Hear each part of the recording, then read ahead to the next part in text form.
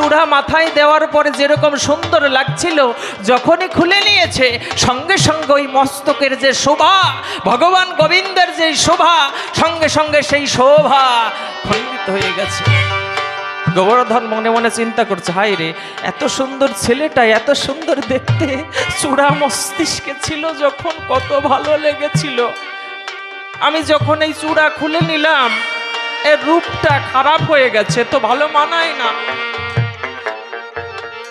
পরক্ষণে যখন গলার হারটা খুলে নিয়েছে, দেখছি গলার শোভাও গোবিন্দের আর নেই।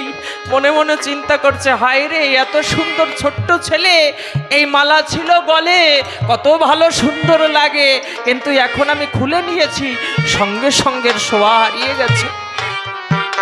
ধীরে ধীরে মাজায় যেই সোনার বাজুবন্ধন ছিল, তাহা কিন্তু গোবর্ধন হাতে